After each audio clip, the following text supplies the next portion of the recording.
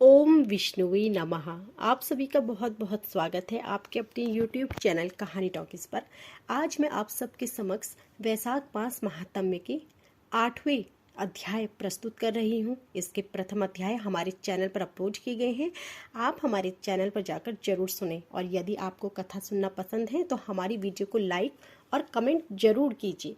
आपका एक लाइक मेरे कथा वाचन के उत्साह में वृद्धि करता है। तो आइए आज की कथा आरंभ करते हैं। वैशाख मास की श्रेष्ठता, उसमें जल, व्यंजन, छत्र, पादुका और अन्न आदि दानों की महिमा का वर्णन जो इस प्रकार है। भगवान नारायण, नर श्रेष्ठ, नर देवी सरस्वती तथा महर्षि वेद व्यास को नमस्कार करके भगवान की विजय की कथा से परिपूर्ण इतिहास, पुराण आदि का पाठ करना चाहिए। सूत जी कहते हैं, राजा अम्बरीश ने परम श्रेष्ठी ब्रह्मा के पुत्र देवर्षि नारद से पुण्यमय वैशाख मास का महात्म्य इस प्रकार पूछा। ब्राह्मण, मैंने आपसे सभी महीनों का महात्म्य सुना है। उस समय आपने यह कथा कही थी कि सब महीनों में वैशाख मास श्रेष्ठ है, इसलिए यह बताने की कृपा करें कि वैशाख मास क्यों भगवान विष्णु को प्रिय होता है और उस समय कौन कौन से धर्म भगवान विष्णु के लिए प्रीतिकारक है। नारद जी ने कहा, वैशाख मास को ब्रह्मा जी ने सब मासों में उत्तम सिद्ध किया है। वह माता की भांति सब जीवों को सदा अभिष्ट वस्तु प्रदान करने वाला है। धर्म, यज्ञ, क्रिया और तपस्या का सार है। संपूर्ण देवताओं द्वारा पूजित है। जैसे विद्याओं में वेद विद्या, मंत्रों में प्रणव, वृक्षों में कल्प वृक्ष, धेनुओं में कामधेनु तथा देवताओं विष्णु, वर्णों में ब्राह्मण, प्रिय वस्त्रों में प्राण, नदियों में गंगा जी, तेजों में सूर्य, अस्त्र शस्त्रों में चक्र, धातुओं में स्वर्ण, वैष्णवों में शिव तथा रत्नों में कौस्तुभ मणि। उस प्रकार के धर्म के साधन भूत महीनों में वैशाख मास सबसे उत्तम है। संसार में इसके समान भगवान विष्णु को प्रसन्न करने वाला दूसरा कोई मास नहीं। जो वैशाख मास में सूर्योदय से पहले स्नान करता है उससे भगवान विष्णु निरंतर प्रीति रखते हैं। पाप तभी तक गर्जत होते हैं जब तक जीव वैशाख मास में प्रातः काल में जल स्नान आदि करता है। राजन, वैशाख के महीने में सब तीर्थ आदि देवता बाहर के जल में भी सदैव स्थित रहते हैं। भगवान विष्णु की आज्ञा से मनुष्य का कल्याण करने के लिए वे सूर्योदय से लेकर 6 दंड के भीतर वहां मौजूद होते हैं। वैशाख के समान कोई मास नहीं, सतयुग के समान कोई युग नहीं, वेद के समान कोई शास्त्र नहीं और गंगा जी के समान कोई तीर्थ नहीं। खेती के समान धन नहीं और जीवन से बढ़कर कोई लाभ नहीं। उपवास के समान कोई तप नहीं, दान से बढ़कर कोई सुख नहीं, दया के धर्म से नहीं, धर्म के समान कोई मित्र नहीं, सत्य के समान यश नहीं, आरोग्य के समान उन्नति नहीं, भगवान विष्णु से बढ़कर कोई रक्षक नहीं।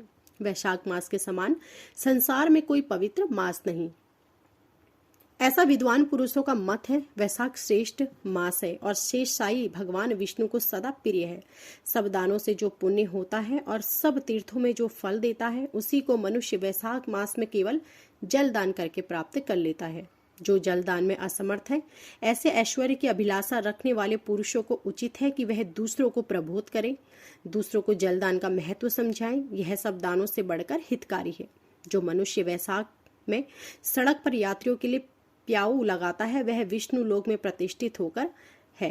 निरपश्रेष्ठ प्रपादान देवताओं, पितरों तथा ऋषियों को अत्यंत प्रीति देने वाला है। जिसने प्याऊ लगाकर रास्ते के थके मांदे मनुष्यों को संतुष्ट किया है उसने ब्रह्मा, विष्णु और शिव आदि देवताओं को संतुष्ट कर लिया है। हे राजन, वैशाख मास में जल की इच्छा रखने वाले को छल छाया, चाहने वाले को छाता और पंखे की इच्छा रखने वाले को पंखा देना चाहिए। राजेंद्र, जो प्यास से पीड़ित महात्मा पुरुष के लिए शीतल जल प्रदान करता है वह उतने ही मात्र से 10,000 राजस्व यज्ञों का फल प्राप्त करता है। धूप और परिश्रम से पीड़ित ब्राह्मण को जो पंखा डुलाकर हवा करता है वह उतने ही मात्र से निष्पाप होकर भगवान का पार्षद हो जाता है। जो मार्ग में थके हुए श्रेष्ठ द्विज को वस्त्र से भी हवा करता है वह उतने से ही मुक्त हो भगवान विष्णु का सायुज्य प्राप्त कर लेता है।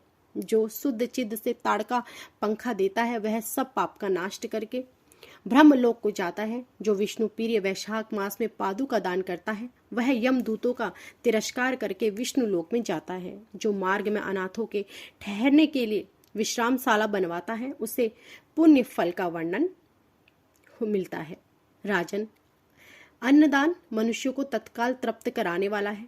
मनुष्य मार्ग के थके हुए ब्राह्मण के लिए आश्रय देता है, इसलिए तीनों लोकों के निवासी अन्नदान की ही प्रशंसा करते हैं।